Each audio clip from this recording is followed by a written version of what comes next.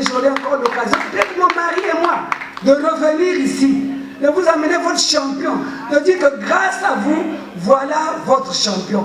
Et en ce moment-là, si Dieu le veut, je crois qu'il le veut, et nous pourrons vraiment fêter ensemble. Mais pour l'instant, je vous laisse. Chose promise à chose due, la première dame du Congo, l'épouse du chef de l'État, Madame Antoinette Sassou Nguesso, a tenu une rencontre avec les représentants des communautés des 10 départements du Congo, résidant à Pointe-Noire, le lundi 3 mai 2021, à la résidence officielle à des maires. La trame de cette cérémonie, constituée en 3 étapes, a porté premièrement sur le mot du premier citoyen de la ville de Pointe-Noire, Jean-François Kando. Le lien consanguin ne s'arrête jamais. Et aujourd'hui, ce que nous avons reproché à Pointe-Noire a été corrigé.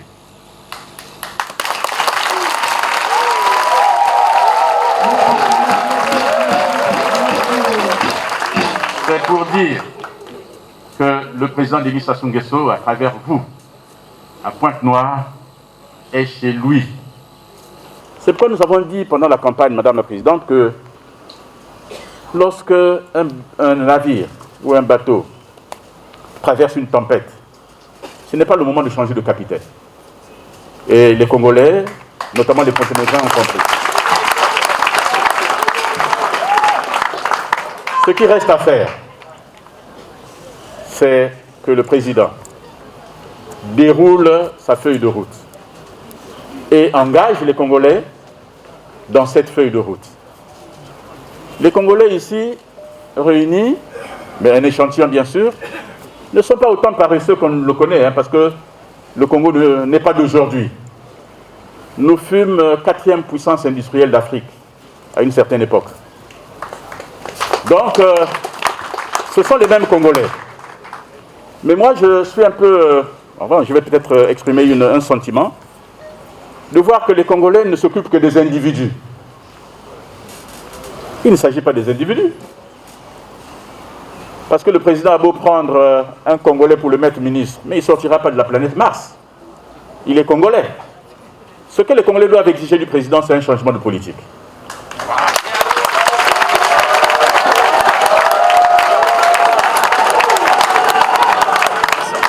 Et donc, Madame la Présidente, soyez rassurée que les Congolais comprennent bien les enjeux. Ils comprennent les enjeux. D'autres font exprès. Parce que, bon, quand on est à l'opposition, il faut toujours critiquer. D'autres comprennent les enjeux parce que je ne vois pas un Congolais maintenant là prendre le pouvoir et changer le Congo comme avec un bâton magique, si on ne fait pas des efforts. Mais ces efforts passent par des sacrifices que tous les Congolais doivent consentir pour que le Congo puisse aller de l'avant. Et je pense que les Congolais ici réunis le savent.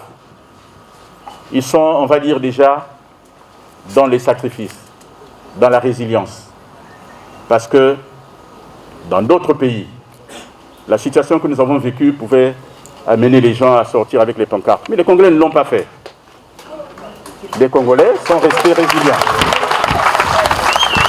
Donc, Madame la Présidente, vous pouvez être tranquille qu'une grande partie des Congolais est consciente des difficultés réelles que rencontre le pays.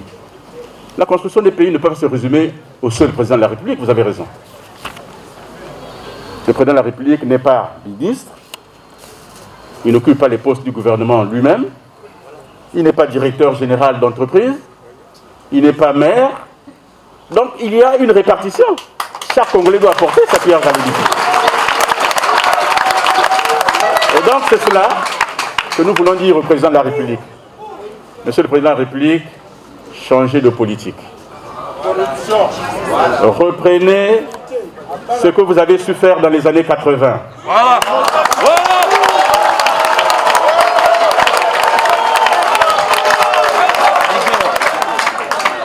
Parce que le Congolais ne coûte que le langage de la violence légitime. Lorsque le président va me prendre, moi, me mettre en prison parce que j'ai mal travaillé, ça va redresser tout ce monde-là. Donc voilà, Madame la Présidente, vous êtes venue pour nous remercier. Après l'intervention du premier citoyen de la ville de Pointe-Noire, Le tour est revenu aux représentants des 10 départements du Congo vivant à Pointe-Noire de livrer leur message de remerciement. La communauté des 10 départements, par leurs délégués ici présents, m'ont chargé de vous transmettre leurs remerciements les plus appuyés de par votre présence en retour ce jour. Prenant la parole à cette occasion, la première dame de la République du Congo, l'épouse du chef de l'État, Mme Antoinette Sassou Nguesso, a commenté l'implication et les efforts consentis par ces communautés qui ont conduit son époux à la réélection au pouvoir lors de la présidentielle de mars dernier. Encore merci. Et aujourd'hui encore, vous êtes venus nombreux. Nombreux encore pour vouloir m'écouter. Mais que vous dire sinon merci. Merci pour tout ce que vous avez fait.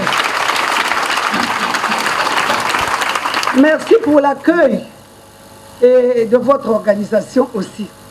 Dès que je vous avais vu marcher depuis l'aéroport jusqu'au vers le marché là-bas, là où on avait tenu on avait lancé la campagne, je disais, d'ailleurs, c'est fini. Si on ne gagne pas là, c'est fini, quoi, c'est pas possible. Et j'étais émue. Et maintenant, vous avez tenu promesse. Vous avez tenu votre promesse. Encore une fois, merci. Ce que vous avez fait, ce que vous avez dit, et c'est ce qui s'est passé. Les résultats obtenus, c'est parlant. Que voulez-vous que je vous dise encore? Sinon, vous répétez merci. Parce que le président lui-même, je crois qu'il était étonné de voir ces résultats. Quand il a entendu ce mouvement déjà, dès le départ, votre mobilisation et les résultats obtenus, il ne pouvait cesser de me dire vraiment félicitations. Que mes enfants sont revenus au bercail.